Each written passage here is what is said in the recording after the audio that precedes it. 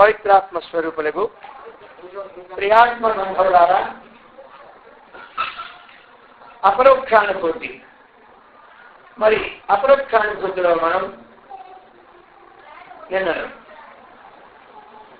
ఒక 15 అందాలు ఆత్మతత్వం చక్కగా మనకి ఆ జిజ్ఞాసు నిరంతరం బ్రహ్మవిద్యాస చేయడానికి హేతుభూతులుగా అంగాలు 18 అంగాలు మనకి ప్రతిపాదించారు. అందులో యమము,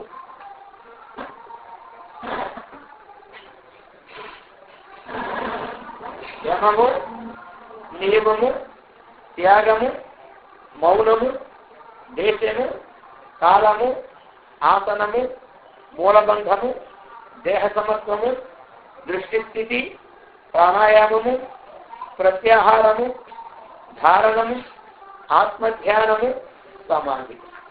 ఇవి దేనికి అంగాలు? నిధిధ్యాసానికి అంగాలు. ఇవి నిధిధ్యాసానికి అంగాలన్నమాట. అందులో యమము అంటే చెప్పుకున్నాం, సర్వం బ్రహ్మేతి విజ్ఞాన, సమస్తము బ్రహ్మమని తెలుసుకొని ఇంద్రియ వృత్తులు నిరోధించే యమమని తెలుసుకున్నాం. మరి ఆ ప్రకారముగా నియమము అంటే సజాతీయ ప్రవాహము, విజాతీయ తిరస్కారమైనటువంటిది నియమమని మనం తెలుసుకున్నాం. త్యాగము అనేటప్పుడు ప్రపంచ రూపస్య చిదాత్మ అవలోకత్వ, త్యాగో హి మహతాం పూజ్యో సద్యో మోక్షమయో యుత. కాబట్టి ఈ ప్రకారముగా ఆ సచ్చిదానందమైనటువంటి అనుభవం కలుగు. ఆ తర్వాత ఈ ప్రపంచ రూప త్యాగమే త్యాగమని,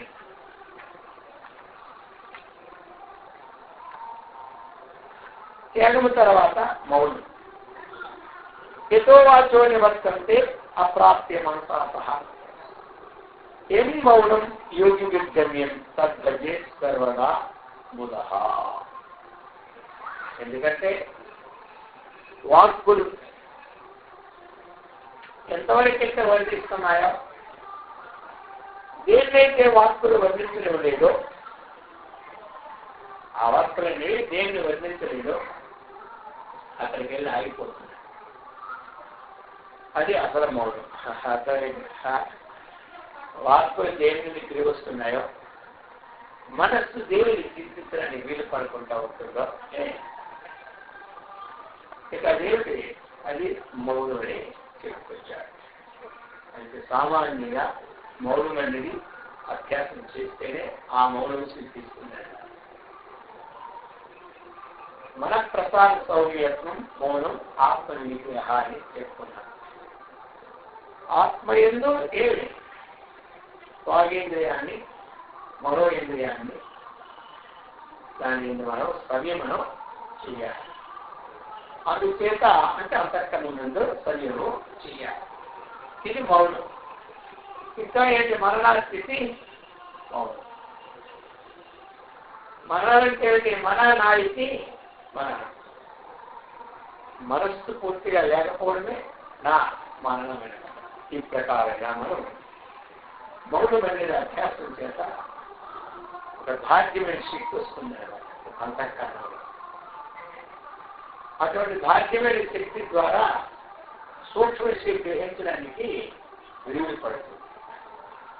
అందుకు మౌనం అనేది అందరికీ అవసరం. అందుకే పెద్దవాళ్ళు వారానికి ఒక రోజు మౌనం ఉండేవాళ్ళు. రోజుకు 3 గంటలు 2 గంటలు కొంతమంది మౌనం అంటారు. అది ఈ ప్రకారంగా మన వాళ్ళు అంటే అంటుంటారు. ఏమంటారు మన వాళ్ళందరూ? మౌనంచ కలహం నాస్తి. మౌనంచ కలహం నాస్తి. ఇంట్లో కలహం లేకుండా ఉండాలంటే ఏం చేయాలి? అందరూ మౌనం అనేది ఉంటుండాలన్నమాట.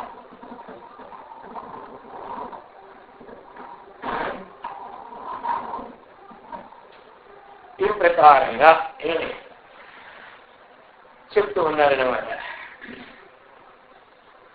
వాచోయస్మాన్యవర్తంతే తద్వత్తునికేన శక్యతే ప్రపంచో యది వక్తవ్యః సోపి శబ్ద వివర్జితే. వాచః యస్మాత్ దేని నుండి వాక్కు నివర్తిస్తున్నారో అటువంటి దానిని వక్తుం కేన శక్యతే, దేని ద్వారా శక్యము, అది దేని ద్వారా శక్యము ఇది చెప్తున్నారు. అందుచేత వాక్కులు దేన్ని నివర్తిస్తున్నాయో ఇక అటువంటిది వర్ణించడానికి ఎక్కడ వీలు పడుతుంది, దేని వల్ల కూడా శిక్షము కాదని చెప్తున్నారు. ఇది వాద్భవే మౌనం నతాం సహజం గిరాం మౌనం తు బాలానాం ప్రయుక్తం బ్రహ్మవాదిభిః. కాబట్టి బాలానాం మౌనం తు గిరాం, కేవలము కూడా ఆ యొక్క వాక్కులే నిరోధించడం అనేటువంటిది బాలానాం మౌనం అన్నారు. దానితో పాటు ఏం చేయాలి, మనఃప్రసాద సౌందర్యత్వం, మౌనం ఆత్మ. నిజమైన మౌనం ఏమిటి, ఆ యొక్క సహజంగా తన స్వస్వరూపములందు మనస్సు లయం చెందుతూ ఉండాలి. కనుక చెందాలంటే మొదట మౌనం అనేది అభ్యాసం చేయాలి. సూక్ష్మ విషయాన్ని మనము భేదించాలంటే స్థూల విషయాన్ని ముందు లక్ష్యాన్ని కొట్టి దాని గురి పెట్టి కొడుతూ ఉంటుంటే, మనం అనుకున్న గురి కరెక్ట్గా తగులుతూ ఉంటుంటే స్థూల విషయంలో మనం చక్కగా ఆశ్చర్యించేవాడు. ఆ తర్వాత సూక్ష్మ విషయానికి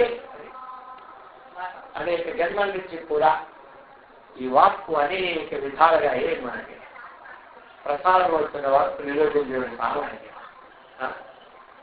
దాన్ని చక్కగా 12 సంవత్సరాలు మౌనం ఉంటారు.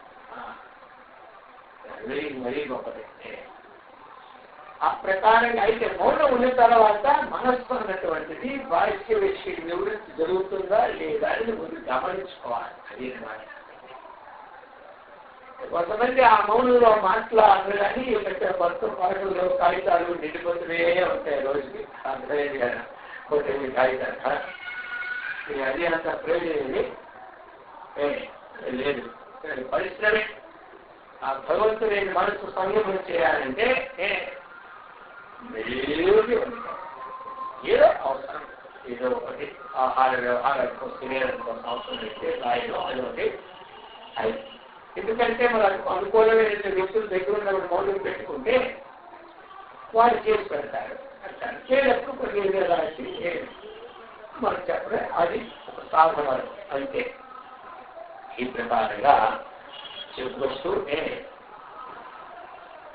జ్ఞానానికి సహజసిద్ధమైనది ఆ యొక్క ఆ స్వస్వరూప నిష్ఠతో ఆ మనస్సు తాదాత్మ్యాన్ని చెందడం. ఇది అన్నమాట.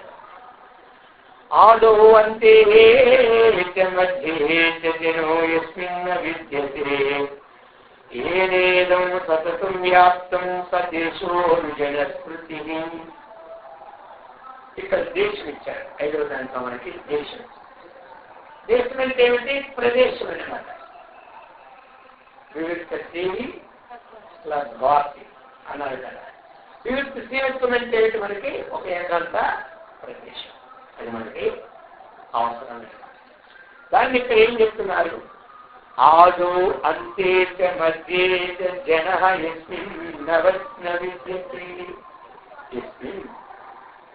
ఎందు ఏ పరమాత్మ ఎందు ఏ పరబ్రహ్మమునందు ఆదో అంటే సృష్టి సృష్టి ఆది మధ్య అవసానం లేఖనాలు. ఇందులో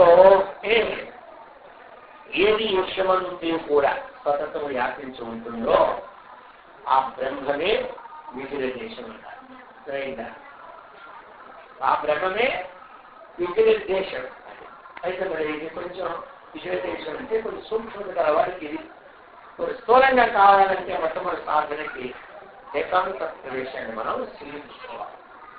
అక్కడే కొన్ని వాటిలో ఆడుతూ ఉంటుంటే మనం ధ్యానం చేస్తూ ఉంటే ఏమైనా చూస్తుందా అసలే ఏమి పోతులేదు అనమాట. ఆవరణ చేసి తగులుకున్నదంటే దాన్ని వదిలించుకొని కొన్ని 6 సంవత్సరాలు పడుతుంది. అర్థమైందిగా? ఆ ప్రకారంగా అందుకని కొంచెం ఏకాంత ప్రదేశాన్ని తీరించారు. అయితే ఇక్కడ ఏం చెబుతున్నారు మరి ఆ యొక్క కొంచెం సూక్ష్మ విషయం కాబట్టి ఎవరైతే ఆధార ఆంధ్రీయ భావంలో దేని ఏంటైతే లేకుండా ఉంటున్నారో ఈ విశ్వమంతు ఎల్లప్పుడూ ఏది వ్యాపించి ఉందో ఆ బ్రహ్మమే నిజమైనటువంటి దేశం, విజయ దేశం అంటున్నారు. ఎందుకు అంటే మరి అక్కడేమిటి దేశం అనేటువంటిది దేశం అది సర్వవ్యాపకం కాబట్టి ఈ శరీరం ఆదేందు లేదు, అంతమంది లేదు కాబట్టి దీన్ని బట్టి నామరూపాత్మ జగత్తు వచ్చినది కాబట్టి జ్ఞానం తెలుసుకుంటే ఆధార ఆదాయ భావాలు రెండూ లేవు కాబట్టి ఆ రెండుకి ఏదైతే మనకి ఏమి ఆ యొక్క స్థితిగతులుందో అదే విజయ దేశమని అది సూక్ష్మ విషయం. కరణాత్తు సర్వభూతానాం బ్రహ్మాదీనాం నివేశతః కాలశక్తేన నిర్దిష్టోపి అఖండానందాద్వయః చెప్తూ ఉన్నారు మనకి. ఇప్పుడు కాలం ఆరోగ్యానికి కారణమైంది. ఏంటి కాలం? కరణాత్ సర్వభూతానాం బ్రహ్మాదీనాం నివేశతః. అయితే మనకి కాల పరిచ్ఛేదము పోతుంది. కాల పరిచ్ఛేదమా? కాల పరిచ్ఛేదం అంటే మరి ఒక దినానికి 24 గంటలు అనుకున్నాం అంతే చేరుతుంది. అర్థమైందా? ఒక గంటకు 60 నిమిషాలు అనుకున్నాం, 1 నిమిషానికి 60 సెకండ్లు అనుకున్నాం. ఈ విధంగా కాల పరిచ్ఛేదం అనమాట. ఇది ఈ కాల పరిచ్ఛేదం ఎవరికి? బ్రహ్మాదేవి సైతం ఉంది. బ్రహ్మదేవుడికి 100 సంవత్సరాలు కానీ అయిపోతే ఆయన కాలం సరే, మనకు 100 సంవత్సరాలు అయిపోతే మన కాలం. అందుచేత బ్రహ్మాదీనాం సర్వభూతానాం నివేశతః. ఇప్పుడు మనం దేశం కానీ కాలము కానీ వస్తువు కానీ ఈ పరిచ్ఛేదం లేనటువంటిది, శూన్యమైనటువంటిది, అద్వితీయమైనటువంటిది, అఖండమైనటువంటి ఏదైతే ఆనందం ఉందో అది కాలము. ఆచార్యుల వారు మనకి ఇది కాదు కాలము, అఖండమైనటువంటి ఆ పరమాత్మ ఆనందమే అది కాలం నిర్దేశించారు. అది కూడా బుద్ధి బోధనార్థమే. ఇవన్నీ ఉన్నాయి ఆచార్యులు లేదు, మనకు ఒక అవగాహన కావడానికి ఇది నిర్ణయం అంతే. దేశకాల పరిచ్ఛేద భయమైతే ఇంకా మళ్ళీ కాలం అని మనం తీసుకుంటే అక్కడ ఏమైనా పరిచ్ఛేదం అనేటువంటిది వస్తువు కాలం చెప్తే మళ్ళీ ఇక్కడ అఖండానందం కాలము అన్నామంటే మళ్ళీ అక్కడ ద్వంద్వం వస్తుంది. అయితే ఏంటంటే అది సాధకుని యొక్క బుద్ధి కోసం ఇవన్నీ నిర్ణయాలు అంటే యోగాలండి. దాని ఏ యోగం ఉంది? ఏ యోగము లేదు. అర్థమైందా? అది ఎందుకు ఉన్నది యోగము ఏమీ దాని. అయితే ఇవన్నీ దేనికోసం? మనస్సు ఏకాగ్రత చెందడానికి, బుద్ధిలో ఆత్మ కంటే అన్యమైనది లేదని తెచ్చి కావడానికి మనకి సాధన. సుఖీనైవ భవేద్యస్మిన్ అజస్రం బ్రహ్మచింతనం ఆసనం తద్విజయానీయాత్ నాయతరస్సు ఘనాశనం. మనకి 7వది ఆసనం అంటే ఏమో చెప్తున్నారు. అయితే మరి ఈ ఆసనాలు కూడా ఎన్నో రకాల ఆసనాలు పట్టదలి మహర్షుల వారు కూడా యోగశాస్త్రంలో 3వ మెరుగైన ఆసనంగా నిరూపించారు. అనేకమైన ఆసనాలు యోగ శాస్త్రీయ ఆసనాలన్నీ అందులో తెలుస్తూనే ఉంటుంటారు. ఆయన కూడా అన్ని ఆసనాలు చెప్పి చెప్పి చెప్పి లాస్ట్కి ఏమన్నారంటే స్థిర సుఖమాసనం. స్థిరంగా సుఖంగా మనం కదలక మనం చేసి కూర్చుంటామో అంతవరకు కదలక మెదలక ఉండేటువంటి స్థితి గతి అనేటువంటిది ఏదైతే ఉన్నదో అదే ఆసనం. అర్థమైందా? అదే ఆసనం అంటే పూర్వకాలంలో వేసి ఉండేవాడు, అప్పట్లో మనం ఇప్పుడు ఉండలేదు. ఎన్ని కచ్చిపోయి చేతులు అలా పైన ఎత్తుకొని ఆసనం వేసుకొని ఉండాలి. కింద కాసు పొలాలు మొయ్యి చదువుతుందా? ఆ పరిస్థితి లేదు, ఈ పరిస్థితే లేదు. అందుచేత అలా కాదు. ఇక్కడ అదే చెప్పారు, సుఖేనైవ భవేద్యస్మిన్ అజస్రం. అజస్రంటే పురుషుడా సుఖేన ఏవ భవేత్. దేని ముందు ఎల్లప్పుడూ నిరంతరం మనం సేపు కూర్చుంటాం 2 గంటలు 3 గంటలు అంతవరకు కూడా సుఖంగా ఉంటుందో అది అనాయాసంగా బ్రహ్మచింతన ఏ విధంగా అయితే కలుగుతూ ఉన్నదో అది ఆసనం. నిరంతరము అనాయాసముగా సుఖముగా బ్రహ్మచింతన కలుగుతూ ఉంటుందో ఏ స్థితిలో ఉంటే ఆ చింతనలు కలిగినటువంటి స్థితి ఏదైతే ఉందో దానికి సంబంధమే ఆసనం. ఇక మిగిలిన ఆచరణలన్నీ సుఖనాశనములు. అర్థమైందా? అది సుఖాన్ని కలిగించే ఆసనం భావాన్ని కలిగించారు. ఆయన స్థిరము సుఖము. ప్రకృతి పురుష సంయోగమైన వివేకము. ఇది ప్రకృతి, ఇది పురుషుడు అన్నటువంటి వివేకం అన్నమాట. ఆ వివేకమైనటువంటిది స్థిరంగా ఉంటే అదే స్థిర సుఖమాసనమని ఆయన వ్యక్తపరిచారు. ఈ విధంగా చెప్తూ అందుకు ఆసనాలు వేసేటప్పుడు అందరూ కూడా ఏదో పద్మాసనం మీద కూర్చొని ధ్యానం చేస్తే బాగుంటుంది కదా అని ఆ కాలు పైకి కాలు పైకి రాకి ఇప్పుడు ఆ పద్మాన్ని చెప్తుండ్రు. మనకి ఏ ఆసనం మీద కూర్చున్నా కొన్ని కింద కూర్చోయితే అది మనసు ఇస్తారు కదా, నేను కింద కూర్చోలేదు కదా, అర్థమైంది కదా. కూర్చుంటే ధ్యానం చేయవచ్చునా లేదా, చేస్తే ఫలితం వస్తుందా లేదా, ఇది సందేహాలు. అర్థమైంది కదా. సందేహమే కింద కూర్చున్నా పైన కూర్చున్నా మన మనస్సు అంతర్ముఖం కావడం ముఖ్యం. అలాగని ఆసనం అంతా కూర్చోడానికి చక్కగా ఉన్నటువంటి వాళ్ళు పైన కూర్చోని పని, కింద కూర్చొని కాళ్ళప్పుడు ఏళ్ళప్పుడుతో బాధపడుతూ ఉంటే ఉడుకున్నప్పుడుతో అటువంటి వాళ్ళు కూర్చొని చక్కగా చేసుకోవచ్చు. కొంతమంది కుర్చీ మీద కూర్చుంటేనే చక్కగా నిద్రపోతారు. కింద కూర్చుంటే మళ్ళీ ఏది మంచిది అంటే నిద్రకి ఎక్కడ నిద్రపోతే అదే మంచిది. అది ఎక్కడ నిద్రపోతే అదే మంచిది. అది కూర్చుంటే ఆడిపోవాలి.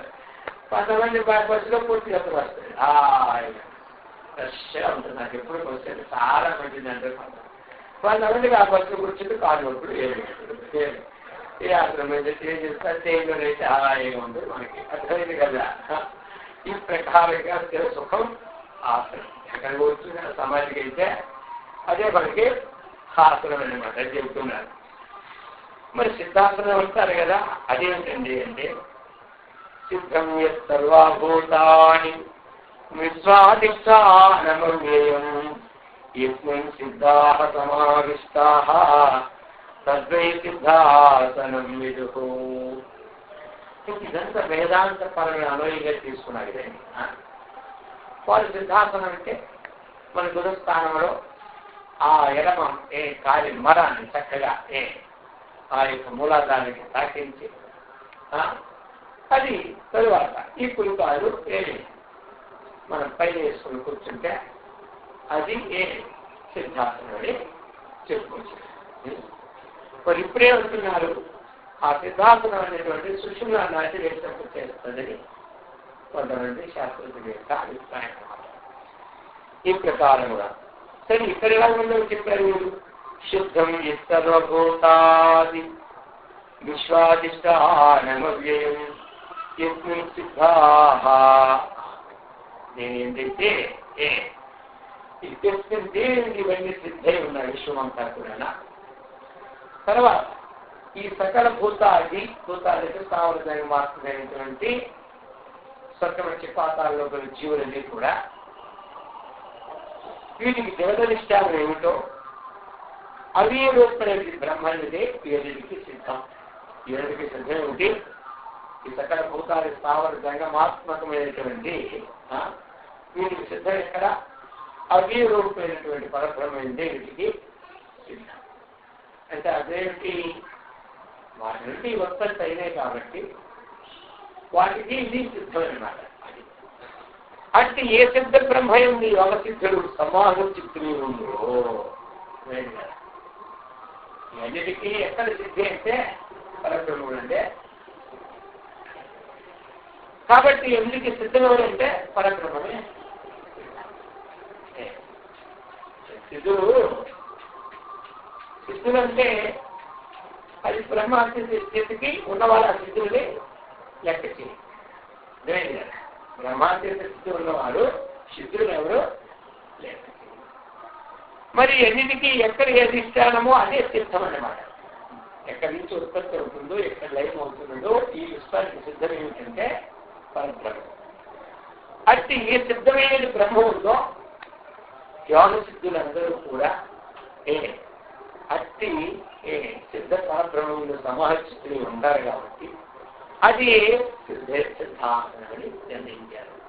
అంటే ఆ యొక్క పరమాత్మైన సదా నిరంతర ప్రవాహ రూపశైలంగా ఉండడమే సిద్ధాంతమని అభిప్రాయం.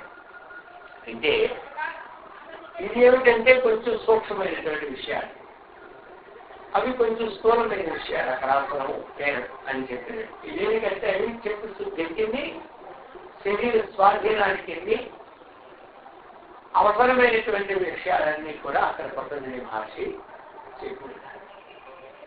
ఈ అదే పరబ్రహ్మణుడు తనకున్నటువంటి అనుభూతులను బట్టి తను చేయవలసిన స్థితిగతులను బట్టి ఇది ఈ ఆసనము ఇది సిద్ధాసనం అని ఇక్కడ వ్యక్తపరుస్తున్నారు. ఇర్మూలం సర్వభూతానాం ఇర్మూలం చిత్తబంధనం మూలబంధ సదా సేవ్యో యోగ్యో అసో రాజయోగినాం.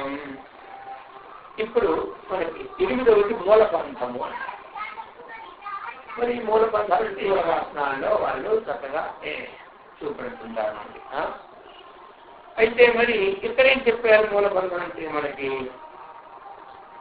ఈ సమస్త జీవులకు చిత్తబంధములకు మూల కారణమైనటువంటి బ్రహ్మయే మూలబంధం. మనకి ఈ బంధములకు మూల కారణమైన బ్రహ్మే మనకి మూలభం. ఇది రాజయోగులకి సదా శీర్యం. ఈ మూలబంధము రాజయోగులకి సదా శీర్యం, యోగ్యం. రాజయోగులు అంటే ఎవరు? గృహస్థాశ్రములు ఉండి ఆ చిత్త శాంతికి ఏకాగ్రత కూర్చే సాధకుల్ని రాజయోగులని పేరునమాట. ఈ ప్రకారముగా చెప్తూ అంగానాం సమతాం విద్యా సమే బ్రహ్మణి లీయతే నోచేత్తున ఏవ సమానత్వం రుచుత్వం శుష్క వృక్షవతు. ఇప్పుడు చెప్తున్నారు మనకి దేహ సమత్వం. మనం దేహ సమత్వం అంటే ఏం చేస్తాం? సవంకాయ శిరోగ్రీవం ధారయన్ స్థిర సంప్రేక్ష నాసికాగ్రం స్వం విశిష్ట. ఇది మనకి భగవద్గీత దేహ సమత్వం. కాబట్టి మరి ఇక్కడ చెప్తున్నారు ఈ యొక్క దేహ సమత్వం అనే దానికి మనకి అంగానాం సమతాం విద్యేస్తు. అంగములన్నీ కూడా చక్కగా వచ్చాయి. ఇక ఇంతని బ్రహ్మని నీయతే. ఆ బ్రహ్మనందు విషమ భావన లేకుండా ఆ సమానత్వ భావనతో లయించింది. అక్కడ మనకి ఏమి సంఘ సమత్వం, అసంగ సమత్వం. సంఘ సమత్వం ఏది? తరువాత అంగ సమత్వం. అంగ సమత్వం సిద్ధిస్తుంది ఎక్కడ మనకి? ఎక్కడైతే మనము ఆ ప్రభువునందు విషమభావరహితం, విషమభావరహిత విజాతీయ తిరస్కార పూర్వక సజాతీయ ప్రవాహం అన్నటువంటి అక్కడ ధ్యానానికి మనం వాడుకుంటాం కదా, ఆ విధముగా అక్కడ విషమభావరహితమై అంటే బ్రహ్మ కంటే భిన్నమైనటువంటి స్థితిని కలుగుకుంటా బ్రహ్మాత్మభావ స్థితితో ఏదైతే ఉంటుందో అది దాని వల్ల ఏమంటే అంగసమత్వము సిద్ధించిన అంటే ఇక్కడ ఏమిటి? అక్కడ తేడా ఉంది. అక్కడ అంగసమత్వం మొదలు సాధనగా తీసుకున్నారు. ఇక్కడ ఏదైతే సిద్ధ వస్తువు అనేటువంటిది ఉందో ఆ సిద్ధ వస్తువు యొక్క సిద్ధ వస్తువుతో మనస్సు సంబంధపడేటప్పుడు అంగములన్నీ సమానమైన స్థితిలోనే ఉంటాయని చెప్పడం. ఎందుకుంటాయి? అక్కడ ఇక్కడ సత్వం ఉంటుంది కాబట్టి అంగములేక కదలేక అంగములు తోగడం వాళ్ళ కూర్చుంటారా? నేలలో కూర్చుంటే ఒకటే తూగుడు, అంటే కొంచెం మిషన్ లాగా ఎంతకి పై చూసుకుంటాను. మరి ఇప్పుడేమైంది? నాగ సమర్థమా తమో గుణం వెళ్ళి సిద్ధించింది అంటే సత్వగుణం వెళ్ళి పోయి తమో గుణం సిద్ధించింది కాబట్టి జేయులు నిలబడ్డాయి, జయాభిన్నం అయిపోయాయి.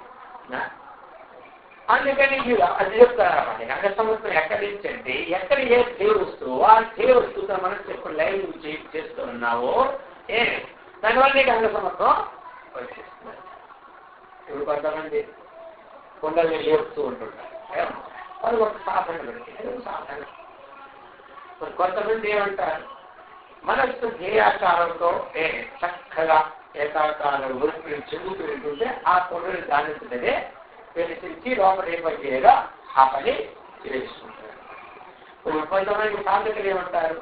కొండలనే చెప్తూనే ఉంటుంది. లేపితే ఆ లేపిన తర్వాత దాని యొక్క అనుసారంగా వెళ్తే మనసు ఏకాగ్రత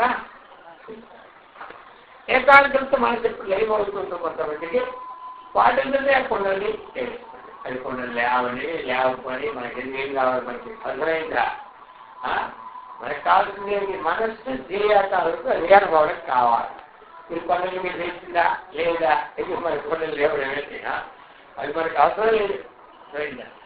మనం చేయవలసింది చేస్తే క్రమంగా ఇవన్నీ ఎందుకంటే ఒక్కొక్కరికి ఒక్కొక్క విధంగా మనస్సు సాధ్యం ఉంటుంది. అందుకని పలు విధాలు అయ్యారు. వాటిలో ఒకే సరుకు పెడితే సాగునా అందువెళ్తాయి వాటికే వాటికే అదేమంటే ఎప్పుడు వెళ్ళినా ఇడ్లీ లేదు 10 అంతకని ఎక్కువ అది 10 రకాలు పెట్టేసరికి 10 పెట్టేసరికి అది తినాలి. ఒక రకమైన చాలు మన అలవాటు. 4 ఏంటంటే 4 రకాల తినాలి ఉంటుంది. ఒక రకం తింటే అది మన అలవాటు పెట్టి ఉంటాయి. అది ఆ ప్రకారముగా ఎలా ఏంటి వస్తుందో కాబట్టి ఒక్కొక్క విధంగా ఒక్కొక్క సాధన చెబుతూ ఉంటారు.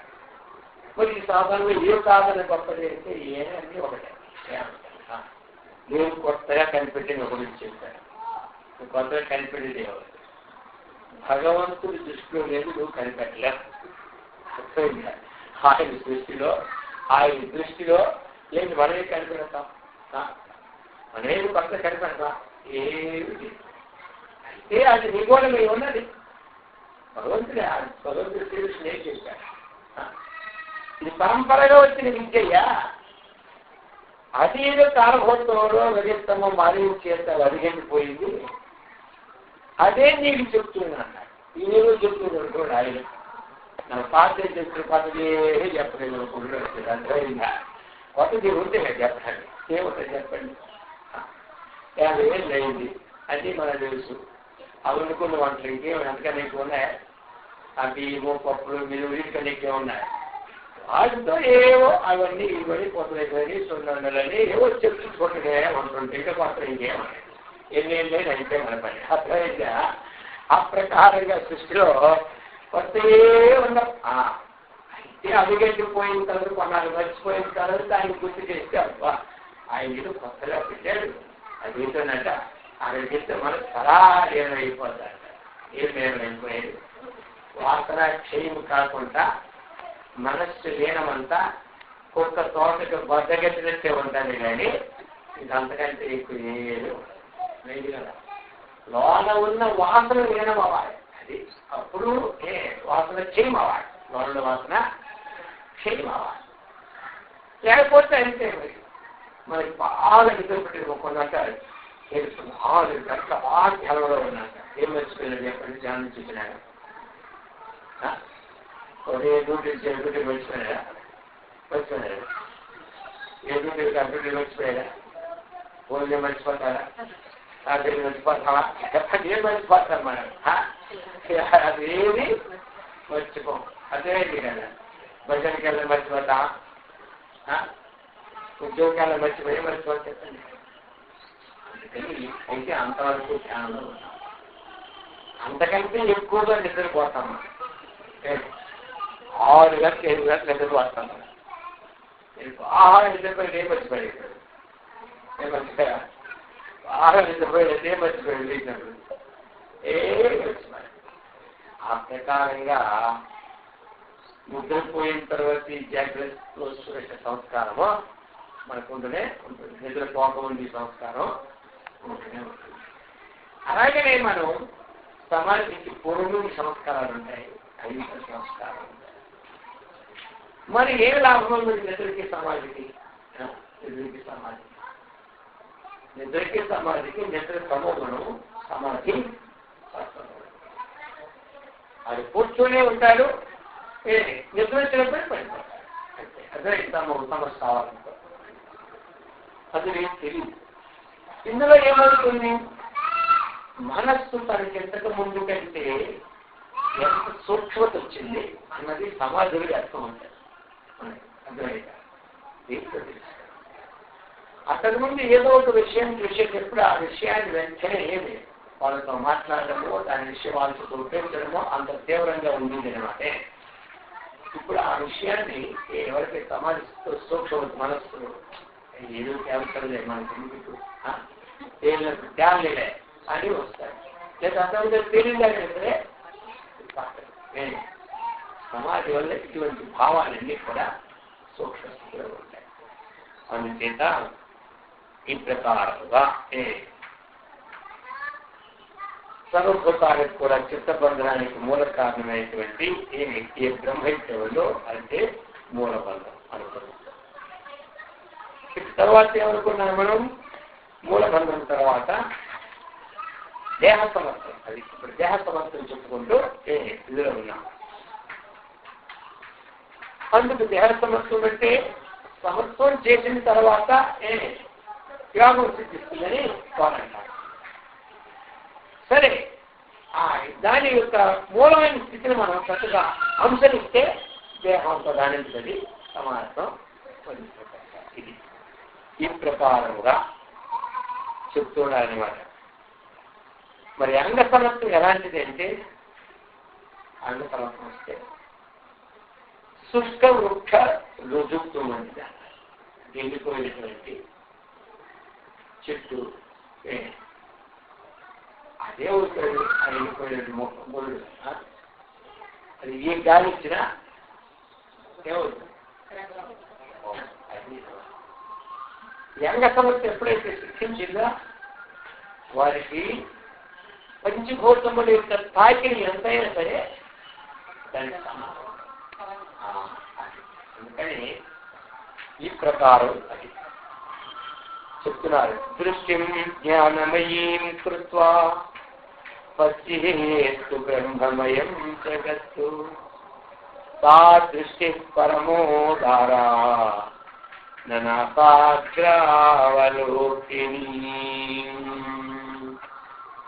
దృష్టి స్థితి చెప్తున్నారు. 10వది దృష్టి స్థితి. మరి దృష్టి స్థితి అనే దగ్గర కూడా మనకి ఉన్నది. లోకంలో దృష్టి అనేటువంటిది ఏదైనా ఒక జీవితంలో మన యొక్క మనస్సుకి నిలవడానికి లోకంలో ఆ దృష్టి అనేటువంటిది దీంతో సంబంధాన్ని పెట్టుకుని మనం చూస్తున్నాం. ఇది యోగానికి ఒక అంగం. అయితే ఇక్కడ ఎలాంటి చెప్తూ ఉన్నారు మరి ఏమి దృష్టి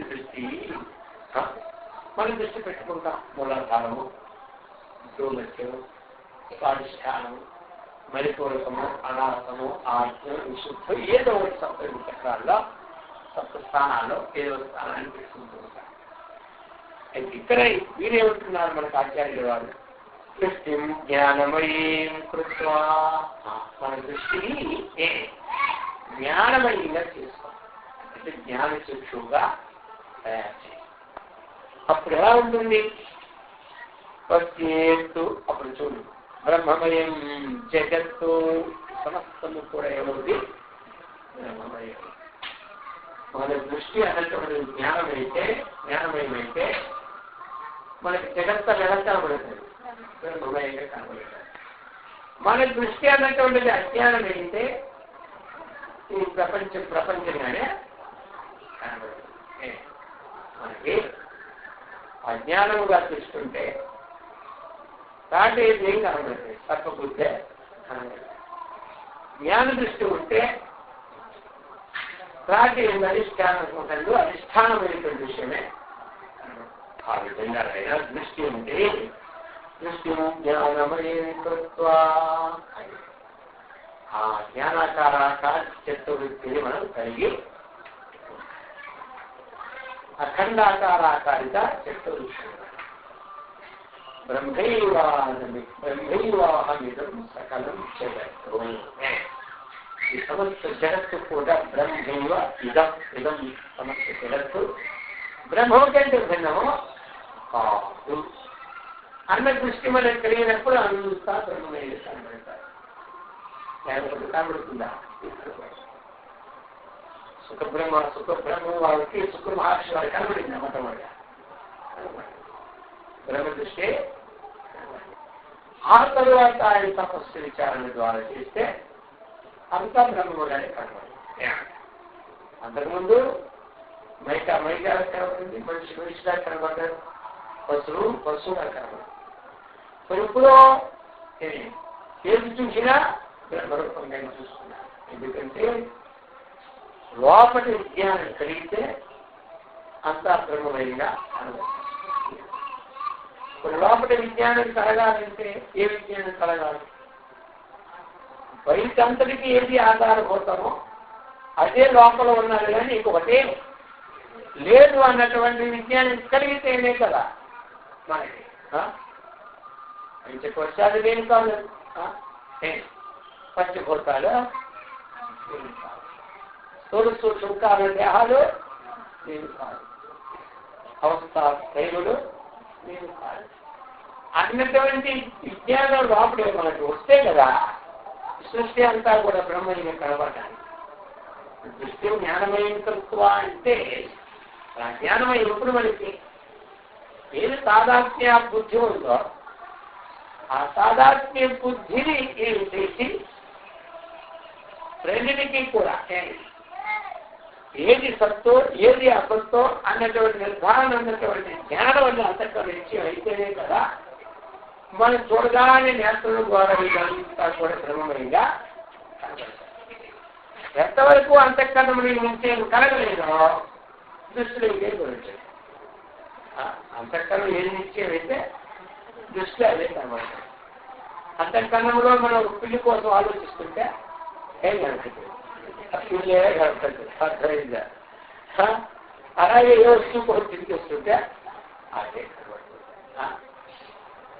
సరే అంతగా ఆలోచన కాకుండా ఉంటుందా? ఆలోచన వస్తూ ఉంటుంది. ఉదాహరణ చెబుతున్నా అంటే అది వ్యవహారం. ఇప్పుడు తప్పుడైంది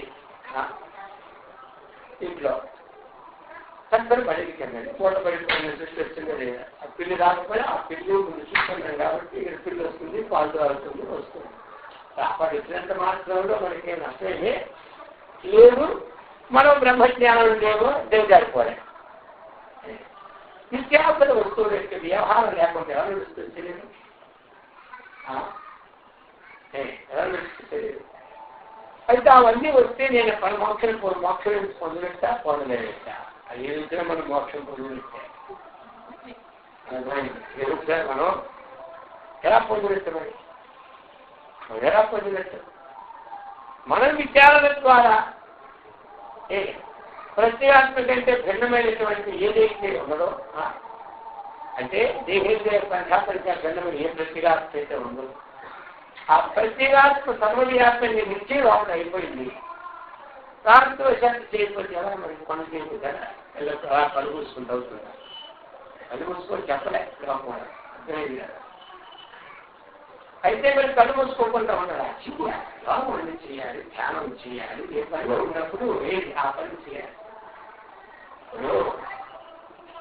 గృహస్థాశ్రంలో ఉన్నప్పుడు గృహస్థుడిగా నివర్తించుకుంటూ మనం ఉండాలి. కానీ నివర్తించుకోవడం ముందు మనకు నిశ్చయం వచ్చేయాలి. ఆ నిశ్చయం మనకి కదలనివ్వడు, ఆ నిశ్చయం మళ్ళీ మార్పు తీసుకురాలి. అందుకని మొట్టమొదటి ఆత్మజ్ఞానాన్ని చక్కగా సంపాదించుకుంటే నిశ్చయం వస్తుంది. తిరిగి నిశ్చయం వచ్చిన తర్వాత ఎలా ఉంటారు తెలుసా, పాములు పట్టుకున్నప్పుడు ఏం చేస్తారు, పాములే ఇంకా ఆయన దగ్గర ఒక ఎప్పుడే ఉంటూనే ఉంటారు, ఎప్పుడు కూడా ఆయన. కాబట్టి నేను బ్రహ్మను నిశ్చయం అయిపోవడం ఏమిటి అంటే ఆ జగత్ యొక్క జగత్తత్వం యొక్క కోరను మనం తీసేసాం. అదే ఆ జగత్తత్వం యొక్క కోరను మనం తిరిగి వెళ్తాం అనమాట. నేను దేహాన్ని అనుకుంటే ఆ కోరల చేత మనకి ఎప్పుడైనా కాదో బ్రహ్మాన్ని కాటేటివి లేదు కదా, కాటు పడితే అదే పడితే పంచభూతాత్మకమైనటువంటి వీటికే పోతుంది, దానికేం కాదు పడతారు. మరి అందుకే నేను బ్రహ్మనేసరికి ఈ పంచభూతమైన కాటు ఉంటే దాని చేత జ్వరపెట్టుకోవడానికి లేదు. అందుచేత మన మనస్సులో మన నిశ్చయం అనేటువంటిది కావాలి. అది ముఖ్యంగా ఈ ప్రకారంగా దృష్టిం జ్ఞానమయం కృత్వాత్ పశ్యే బ్రహ్మమయం జగత్. ఎప్పుడైతే అంతఃకరణంలో ఈ జ్ఞానాకారాకారిక చిత్త వృత్తి ఉండిపోయిందో ఆ వృత్తి కదా బయటకు వచ్చింది. లోపల అంతఃకరణము ఒకటి, ఇంద్రియాలు రెండు, విషయము మూడు. అంతఃకరణ వృత్తి చైతన్యాన్ని ఏమనుకున్నాం మనం ఇంకొక. కాబట్టి ఆ యొక్క అంతఃకరణంలో మనకు ఉన్నటువంటి అంతఃకరణ వృత్తి ఆవర్తన చైతన్యము ఏంటి, అంతఃకరణ ఆవర్తించడం రెండు ఉన్నాయి. అంతఃకరణ ఆవర్తన చైతన్యము, అంతఃకరణ వృత్తి ఆవర్తన చైతన్యం. అంతఃకరణ ఆవర్తన చైతన్యం ప్రమాణమైంది, అంతఃకరణ వృత్తి ఆవర్తన చైతన్యం ప్రమాణమైంది. కాబట్టి మనకి మరి విషయావర్తన చైతన్యం ఉంది. విషయావర్తన చైతన్యం, అంతఃకరణ ఆవర్తన చైతన్యము, అంతఃకరణ వృత్యావర్తన చైతన్యము, విషయావర్తన చైతన్యం. ఈ మూడు ఎప్పుడైతే మనకి ఏకం అవుతున్నాయో అప్పుడు విషయం మనకి చక్కగా తెలుస్తుంది. ప్రమాణ చైతన్యము, ప్రమాద చైతన్యము, విషయ చైతన్యం. అంతఃకరణతో ఆవర్తన చైతన్యాన్ని ప్రమాద చైతన్యం అంటారు. అంతఃకరణ వృత్తితో ఆవర్తన చైతన్యం ప్రమాణ చైతన్యం అంటారు. విషయం మీద ఆవర్తనమైన చైతన్యాన్ని విషయ చైతన్యం. విషయ చైతన్యము ఈ వృత్తి ఆవర్తన చైతన్యము ఏకమైతే ఈ వస్తువుని దృష్టి మనకి కలుగుతాయి. ఎంతవరకు ఆ రెండు ఏకమైతేనే ఇది వస్తువు దృష్టి మనకి కలుగుతాయి. ఆ రెండు ఏకవాలంటే ఈ యొక్క నాడీ ద్వారంలో ఇది యొక్క నాడీ ఈ ద్వారం నుంచి ఉరికి బయటకు వచ్చి ఆ విషయ దేశాన్ని పొంది ఆ విషయం దేశంలో ఉన్న అజ్ఞానాన్ని ఆవరణాన్ని తొలగించి ఈ చైతన్యం అక్కడ చైతన్యం ఇది ఏకమై అయం కథ అయం పత అని మనకి వచనం. మరి ఇప్పుడు చైతన్యం త్రివిధం అనుకున్నాం. ప్రమాత్ర ఉన్నాయా అంటే ప్రాపంచిక నడవడిక ఎట్లా గురించి బయటికి వెళ్ళడము, విషయం అవగాహన అవ్వడము, ఇది వస్తువు తెలియడం కోసం అది ఒక ఏంటి పరంపర. ఆ ప్రకారంగా మనకి ఆ ప్రకారంగా మనం తెలుసుకోవాలి. ఇప్పుడు మనకేమైంది? అంతఃకరణ వృత్తిలోని బ్రహ్మాకార ఆకృతి చిత్తవృత్తే అనుకుంటే ఆ చిత్తవృత్తి ఈ యొక్క దృష్టి ఏది నేత్రేంద్రియ దృష్టి ద్వారా బయటకు వచ్చినప్పుడు ఏ విషయం మీదైతే చైతన్యం వచ్చినంతకు ముందు ఘటపడాలి వస్తుందా మీద దాని ఆవరణ తొలగించినప్పుడు అది వస్తురూపంగా మనకి భాషించదు. ఏది దానికి ఉపాదాన కాని వస్తురూపంగా అది మనకి భాషించదు. మన వృత్తిరూపమైన బ్రహ్మమే మనకి ఇక్కడ భాషిస్తుంది. అందుచేతనే చెప్తారు దృష్ట్యం జ్ఞానమయం తత్వ పశ్చేత్ బ్రహ్మమయం. దృష్టిలో మనకి ఎప్పుడైతే ఇది కలిగిందో అప్పుడు మన పశ్చేత్ బ్రహ్మమయం జగత్తంటే బ్రహ్మంటారు మన ఆకారాకార చిత్తవృత్తియే మనకి సాక్షిగా ఉంటుంది. దైవాన్ని మనం ధ్యానిస్తూ ఉంటుంటే ఆ చిత్తవృత్తి స్వరూపం మన దైవంగా ప్రకటించబడుతుంది. అందుచేత ఈ ప్రకారం సా దృష్టి పరమోదార అది చక్కైనటువంటిది, గొప్పదైనటువంటిది. ననాసాగ్రావలోకి కేవలము నాసాగ్రాన్ని చూసుకోవడం కాదయ్యా. ఏంటంటే ఉండాలి నాశకాగ్రం ఏంటంటే ఒక ధ్యేయం నిలబడ్డానికి ఇది అంతే. నాశకరించి చూసుకున్న స్థానం, ఈ స్థానం ఎంతవరకు మనకి ఏకాగ్రత వరకు ఈ స్థానం దృష్టి ఎంతవరకు ఏకాగ్రత సిద్ధించినంత వరకే ఈ స్థానం. ఆ స్థానాన్ని మనకి ఎప్పుడైతే బాగా సమయത്ത് వచ్చింది ఇది కూడా మనకి ఇంకేమో కావచ్చు చెప్పండి, ఇది కూడా మనకి.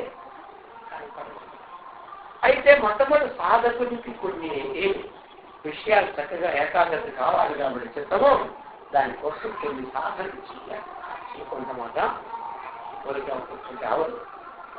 ఆ సాధన ద్వారా చిత్తశుద్ధి కలగకుండా ఈ విషయం గ్రహించడం కష్టం అన్నమాట. చిత్తశుద్ధి కలిగే వారికి ఆ సాధన మళ్ళీ అవసరం.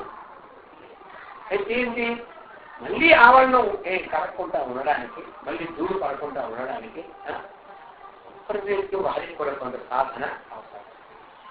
మళ్ళీ వారి సమీపంలో ఉన్నవారు కూడా మా గురువు గారికి ఏ సాధన మొదటి చేస్తూ లేదు, మా పరంపరలో సాధన లేదు మళ్ళీ చెప్తారు మంచి శిష్యులు అర్థమైందా.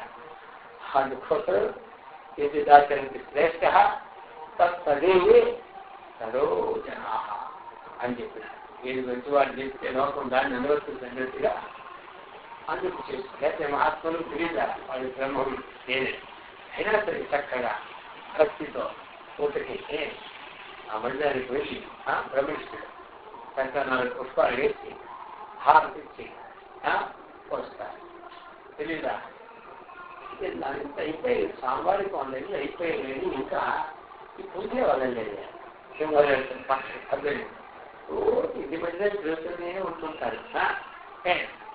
ఇది మధ్య 4 మంది నలవేస్తానే పోతున్నారు. ఎందుకు ఆయన అంతా వారి మనం మొక్కడము వారే భగవంతుడు వారికి వదిలికి పోవడం అని మొదలెడుతుంది. నిజంగా మీ స్వామి వారికి ఆత్మజ్ఞానం కలిగిందంటారా? మరి కలిగితే 3-4 కోట్లు ఎందుకు వస్తుంటారు మందిరానికి? ఆత్మజ్ఞానం మంది రాకూడదా? ఇలా అటువంటి ఉంటాయి లోకంలో. కాబట్టి వాళ్ళు ఆకర్షిస్తారు. ఏమంటారు పని చేసినా ఋషికేశు 3 లోకాల్లో చేయవలసింది ఏమీ లేదు, చేయడానికి లేదు. చేయలేకపోతే దోషము లేదు, చేస్తే లాభము లేదు. అయినా ఏమిటి లోకములో ఒక ఆచరణాత్మకమైంది ఎదురికి చక్కగా ఉండాలి.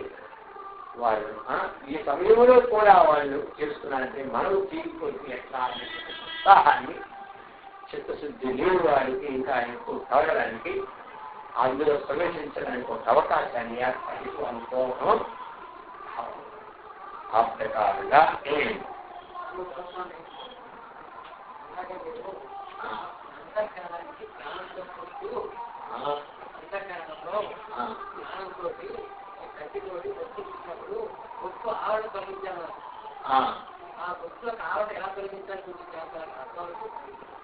ఆవరణని తొలగించాలంటే ఈ వృత్తి వెళ్ళి అంతకుముందు మనకి అది ఎంతవరకు వృత్తి బయటికి వెళ్ళలేదో అక్కడ ఉన్నటువంటి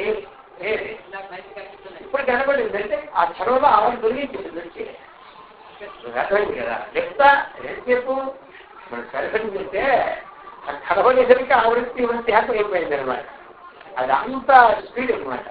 అలవాటు వృత్తి అర్థమైందా? ఇది మనకు కనబడితే నీకు వృత్తి వచ్చింది మనం అనుకుంటాం. అర్థమైంది కదా? మనం ఎలాగైతే ఒకదానికి రంధ్రం పెట్టాలి ఎవరు మంది పెడితే ఒక్కసారి రంధ్రం పడిపోతాం ఆ దృష్టి ప్రసారం మనకు లోక వస్తువులన్నీ మనకు కనబడాలంటే అంతఃకరణ వృత్తి అంతఃకరణలో ఉన్న చైతన్యం బయటకు వచ్చి ఆ ఘటపటం ఉన్న చైతన్యం రెండు ఏకం కావాలి. ఈ చైతన్యం ఎప్పుడైతే వచ్చిందో అంతకుముందు ఆ ఘటమునందు మనకి ఇది ఘటమని తెలియకుండా ఉండడం ఒక ఆవరణ అనమాట. ఈ చైతన్యం వెళ్ళి దాని ఆవరణ తొలగించి రెండు ఏకం అంతే ఒక క్షణం అయిపోతుంది అనమాట. అది ఎందుకంటే ఒక నాలుగు సంబంధం ఇదేమో అంతఃకరణం చెడు అనమాట. అర్థమైంది? దీని నుంచి నాలుగితే బయటకు వచ్చింది. అందుకని అంటే మనకి బాహ్య వస్తువుల యొక్క ప్రత్యక్షం ఎలా అవుతుంది అంటే కానీ శాస్త్రం ఏం చెప్తుంది? అంతఃకరణ వృత్తావచన చైతన్యం విషయావచన చైతన్యం ఈ రెండు ఏకమైతే కానీ ఇది ఘటము అన్నటువంటిది తెలియదు. అంటే అది ఘటమని తెలియక ముందు దాని ఎందుకు ఒక ఆవరణ ఉందని మనం ఊహించాలి. అదే అర్థమైందా? ప్రత్యేక మళ్ళీ మనకి కత్తి ఉన్నది పక్కకి రావడం కత్తి ఉంది ఇలా ఉండి ఇలాగెంతగా ఆవరణ తొలగించడం సాక్షాత్తుగా మనకు కనబడుతుందంటే ఇంకా ఆవరణ ఎక్కడ తొలగుతుంది అందులో ప్రశ్న ఇప్పుడు మనకి అర్థమైందా? అయితే ఆ రెండు ఏకం అవడమే ఏమి అంతకు పూర్వం దాని నుండి ఆవరణ తొలగినట్టు భావం అంటే భావన ఏమి లేదు. ప్రత్యేకంగా ఆవరణ అంటే ఇది కప్పబడింది అప్పుడు ఈ వృత్తి వెళ్ళి ఇది ఇలా తోస్తే అప్పుడు మన కలిసి ఆవరణ తొలగించేది మనకు దృష్టికోవాలి. అలా లెక్కలేదు ఇక్కడ మనకి అర్థమైంది కదా? ఆ రెండు ఏకత్వం కావడమే మనకి అక్కడ ఆవరణ పోయిందని ఒక ఊహ అనమాట. అందుకే ఆవరణ ఏమన్నారు కొంతమంది ఆవరణ పోతుంది అందరూ. అర్థమైందా? ఆ రెండు ఏకైతే ప్రత్యక్ష అయిపోయింది అనేస్తారంటే ఇంక మళ్ళీ ఇంకేం దాంట్లో ఎవరు పడతారండి. అర్థమైందా? మళ్ళీ ఆవరణ పోయి అంతా పడతారని కొంతమంది పడతారు. రెండు ఏకమైతే ప్రత్యక్షం చెప్పేశారు. ప్రమాణం చేసి విషయం చేసిన ఏకమైతే ప్రత్యక్షం చెప్పేశారు ఎక్కడ మన శాస్త్రం. కానీ స్వామివారి ఏంటంటే విద్యానంద స్వామి ప్రత్యక్షం అయింది అంటే ఇది ఏకమైంది అంటే ఇదే దాన్ని ఆవరణ తొలగించని చెప్తారు. అర్థమైందా? ఇది అక్కడ ఆవరణ అనేది పోతుందని భావం ఏమీ లేదు. మన దృష్టి అక్కడికి వెళ్ళేసరికి ఆ చైతన్యము ఈ చైతన్యం ఏకమవుతుందని జన్మలు పాయింట్. అయితే మరి ఏమిటి అంటే ప్రత్యక్షం మనకు అయింది అంటే ఏదైనా ఒక ఆవరణ ఉంటే ప్రత్యక్షం కాదు కాబట్టి అర్థమైందా? ఏది ఉంటే విషయ చైతన్యం ఉంది ప్రమాణ చైతన్యం వెళ్ళింది కానీ ఈ కింద మనకేంటి కనబడదు. పైది కనబడదు. పైది కనబడినా ఆ క్షణములో అంతకు పూర్వము ఇది మనకు కాగితమని తెలిసినటువంటి యోగ్యత లేదు. ఆ లెక్కలోనూ అది ఇది కాగితం మనం తెలుసుకుంటాం. అది ఆవరణ కలిగించడం మనం ఊహించడం అంటే ప్రత్యేకంగా ఆవరణ కలిగితే అంటే విషయం చైతన్యము మనకక్కడ వృత్తావస్థ చైతన్యము ఏకమయ్యేటప్పుడు ప్రత్యక్షం అవుతారని భావం. లోకంలో ఏ వస్తువైనా మనకి పట్టమే కానివ్వండి. అయితే మరి మనం చూస్తూ ఉన్నాం అది గడవచ్చిందంటే అది ముందు అంత స్పీడ్ పెట్టారు దానికి ఉంది. మనం చూడగానే మన వృత్తి బయటికే వచ్చేసారు. చైతన్యం అంతా వ్యాపకమే ఉంటాయి, అర్థమైందా? అంతా భవించిన నారాయణ. ఇప్పుడు మనకి విషయం అంతా చైతన్యమే కదా. ఏ చైతన్యం నుంచి పుట్టిందో అది చైతన్యక భిన్నమా? అయితే మనకి ఈ వృత్తి అన్నటువంటిది ఒక నాడీ ద్వారంగా వచ్చి సమన్వయం అయితేనే ఇదే అని గోచరిస్తుంది శాస్త్రం అన్నమాట. అర్థమైందా? కూర్చొని శాస్త్రం అందుకని మనకే చెబుతూ ఉన్నది శాస్త్రం. ఆ ప్రకారంగా మరి ఆ వృత్తి బయటకు వచ్చినప్పుడు చూడండి, మనకి ఒక ఉదాహరణకు ఒక త్రికోణాకారంగా ఉంది జలం. త్రికోణాకారంగా జలం ఒకటి. త్రికోణాకారంగా జలం ఉన్నది. జలం ఉందా? లేకపోతే అక్కడ ఆధారం భూమి ఉందా? భూమే మనకి త్రికోణాకారంగా ఉంది. కానీ భూమిలో ఉన్న జలము కూడా ఎలా కనబడుతుంది మనకి? త్రికోణాకారంగా కనబడుతుంది. ఏమంటారు? త్రికోణాకారం. వాస్తవంగా అక్కడ త్రికోణాకారం అనుకున్నది భూమే కానీ జలము కాదు. ఆ విధంగా మనకి ఈ చైతన్య వృత్తి ప్రవాహం అన్నటువంటిది ఒక్కలాగే ఉంటుంది. అంతటా ఒక్కలాగే ఉంటుంది. ఆ ఉపాధిని బట్టి అవన్నీ హెచ్చు తక్కువ మనకి కనబడుతూ ఉంటాయి. ఈ ప్రకారంగా దృష్టిం జ్ఞానమయం కృత్వా పశ్చేత్ బ్రహ్మమయం జగత్. సా దృష్టి పరమోదార నాసాగ్రావలోకిని. కేవలము నాసాగ్రాన్ని దృష్టి పెట్టుకోవడమే కాదు. నాసాగ్రం అనేది ఎంతవరకు అని చెప్పండి. సాధనకి ఏకాగ్రత సిద్ధించడానికే నాసాగ్రం. అంతేగాని ఇప్పుడు కొంతమంది దీన్ని పెట్టుకుంటారు, కొంతమంది ఎక్కడ పెట్టుకుంటారు, కొంతమంది స్వార్థ ఏంటే పెట్టుకుంటారు. అర్థమైందా? ఇవన్నీ సాధనకే ఉంది. అంగానే కానీ అవి కేవలం ఏంటి సిద్ధత. అవన్నీ దేని వరకు? అది కొంతవరకు మనకి ఏకాగ్రత చెందిన వరకే. ఎంతకని స్వాస్థ్యం చెప్పండి. మనం బాగా లీనమైనాం. ఇప్పుడు మనం అప్పుడు కూడా స్వాతంత్రం ఉండాలి. మనసు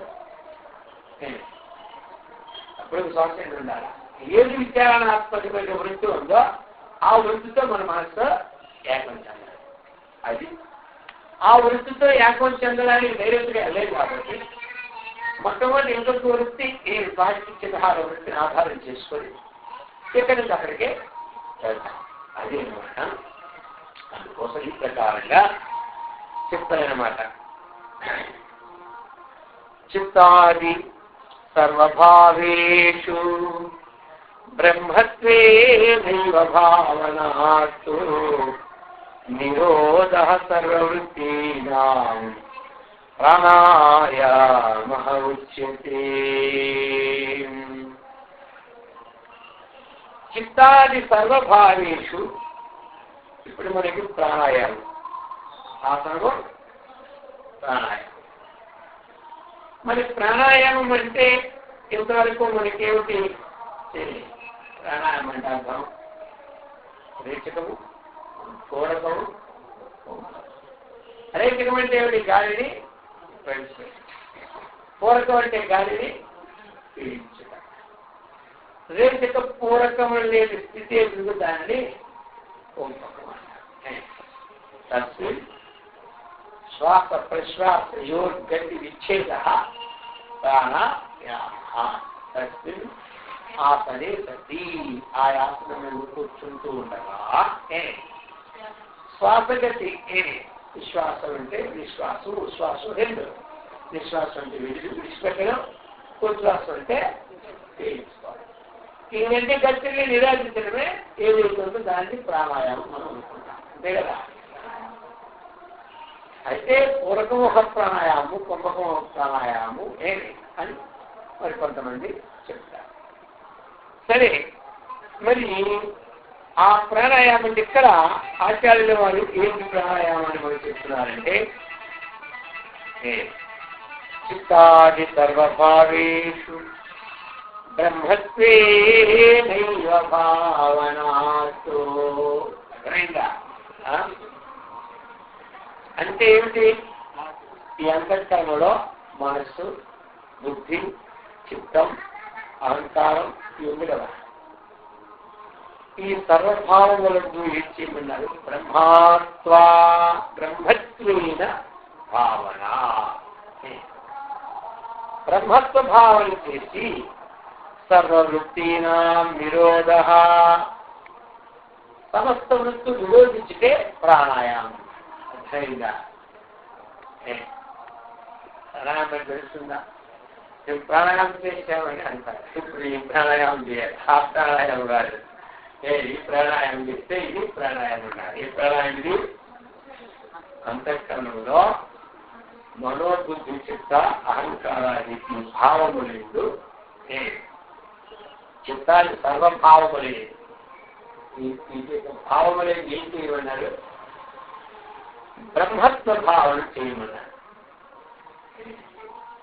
మనస్సునందు, బుద్ధినందు, చిత్తమునందు ఏదైతే మనకి అంటే 4 వెలుగుశారు.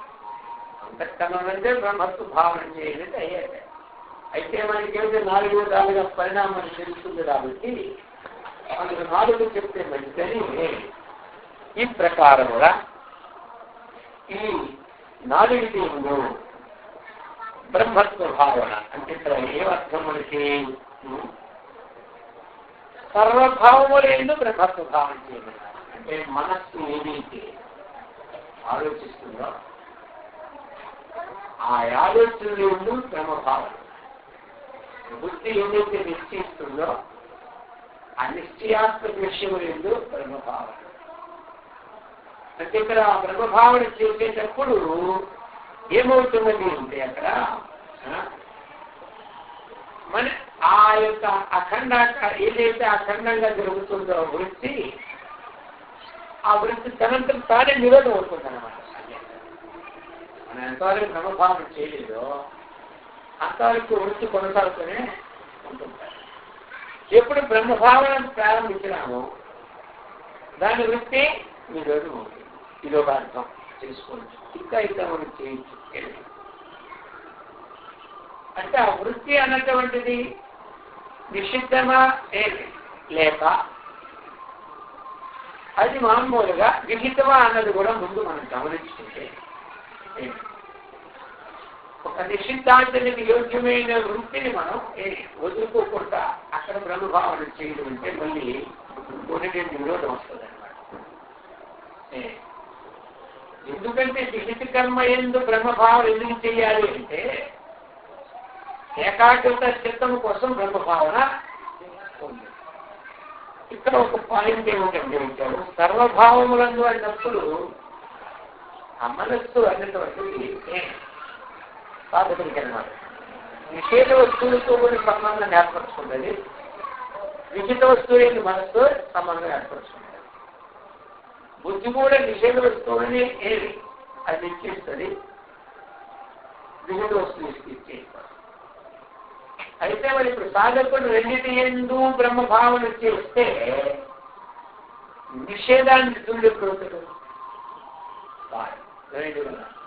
బ్రహ్మజ్ఞాని ఎదుట్లో రెండూ లేవు కాబట్టి ఆ పనులు చేయడు కాబట్టి ఆ తత్సంబంధమైన విషయాలు బ్రహ్మభావన దృష్టి బ్రహ్మాత్మ జ్ఞానికి అది పర్వాలే, అది దృష్టి ఉన్నా పర్వాలేదు ఏమంటారు.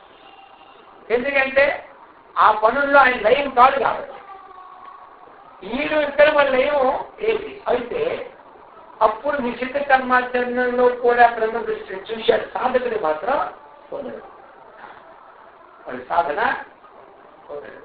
లేకపోతే అంతా బ్రహ్మభావన చేసుకుని అన్ని జీవుల్లో వదిలిస్తాను, నేను బ్రహ్మభావంతో వదిలిస్తున్నాను అంటారు. రేపు ఇక్కడ కొడుకు కృష్ణార్పణం అంటే బ్రహ్మార్పణం అంటూ అందుకని కొన్ని విషయాలు ఏమి చేస్తే మరి ఇలాంటి కొన్ని విషయాలు తీసుకొని వాళ్ళు ఏం చేస్తారు, తెలుగు పై తెలుగు చేస్తుంటారు. అందుకే గొడవ అది చెప్తున్నారు. అది మాత్రం ఇక్కడ నిరోధించడం కాదు. బ్రహ్మత్వ భావన చేసి వృత్తులన్నింటినీ నిరోధించుటే ప్రాణాయామం అన్నారు. ఇక్కడ ఏమన్నారు? ప్రాణాయామం అంటే వృత్తి నిరోధమే ప్రాణాయామం.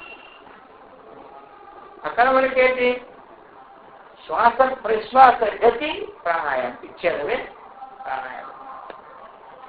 ఎంత స్థూల విషయం ఇదంతా సూక్ష్మ విషయం. అయితే ఆ స్థూల విషయం అవసరం లేదా? అవసరం. ఈ యొక్క సూక్ష్మ విషయాన్ని గ్రహించడానికి అనుభూతమే కానీ అది శాశ్వతముగా ఏమి అందుకు ఇక్కడ పెట్టారు. ఎందుకంటే వీళ్ళు ఎందుకంటే అనేకమైనటువంటి విషయాన్ని ఖండించుకుని వస్తున్నారు కదా. అందుకే గ్రంథంలో దానిని ఇప్పుడు కొంతమంది యోగా చేసి అదే బ్రహ్మాత్మ జ్ఞానం అనుకో యోగా చేసామంటున్నారు. అది యోగా అది ఒక శరీరానికి ఏంటది సాధన. అందుచేత దాన్ని ఖండించారు. ఈ ప్రకారంగా ఇంతవరకు మనకేమొచ్చింది? ప్రాణాయామం అనేటువంటిది జరిగింది. అందుకే ఆ డిఫరెన్స్ కూడా మనం చూసుకుంటే ఇదిగో నేను ఇంకా ప్రాణాయామం చేయలేదు అనేటువంటి తేడా కూడా ఆ చేదోడికి పోతుందన్నమాట. అది విశేషం. కాబట్టి ఈ విధంగా ఇక రేపు ప్రత్యాహారం నుంచి ప్రారంభిద్దాం. ఈ ప్రకారంగా అందరం సత్య మనుషులమే, భగవద్భక్తులమే, ఆత్మవిజ్ఞాన సంపన్నులమే, బ్రహ్మాండముతో విరాజిల్లుట గురువులు శ్రీకృష్ణ పరమాత్మ అందరికీ సదా రక్షించుగాక. సహనావతు సహనౌ భునక్తు సహ వీర్యం కరవావహై తేజస్వినావధీతమస్తు మా విద్విషావహై. ఓం శాంతి శాంతి శాంతి. హరి ఓం తత్సత్.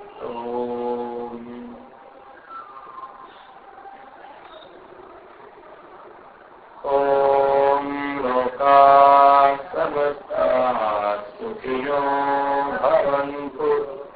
ఓం శాంతి శాంతి శాంతి. శంభో శివ శివ శివ శివ శివ శివ. శంభో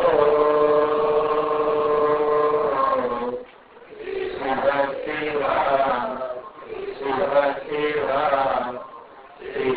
శివ శివ.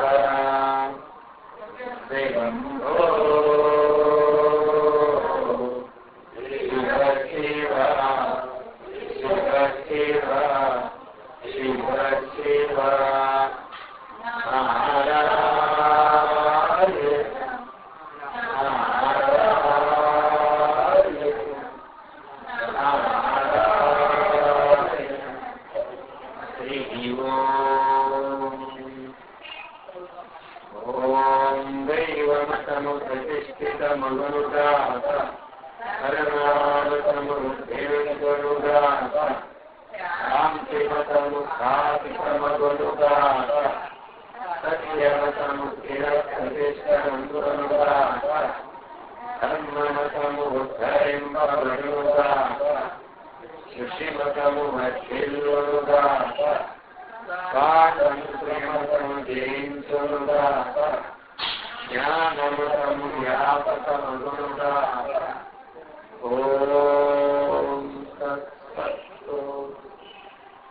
శ్రీ జగద్గురు శంకరాచార్య స్వామి వారికి, శ్రీ రామకృష్ణ పరమహంసకు, శ్రీ రమణ మహర్షికి, మహర్షి శ్రీ మలయాళ సద్గురు స్వాముల వారికి, శ్రీకృష్ణ భగవానునకు, శ్రీ గీతామాతకు, శ్రీ లలితాంబికా దేవికి, శ్రీ కాశీ విశ్వనాథులకు, శ్రీ అన్నపూర్ణేశ్వరికి, శ్రీ విశాలాక్షికి, సమస్త సాధు సంగములకు, సమస్త భక్త బృందములకు జై ప్రణాళి దేవి గోవిందా. హారతి రేపు ఉదయించేలా మన కార్యక్రమాలను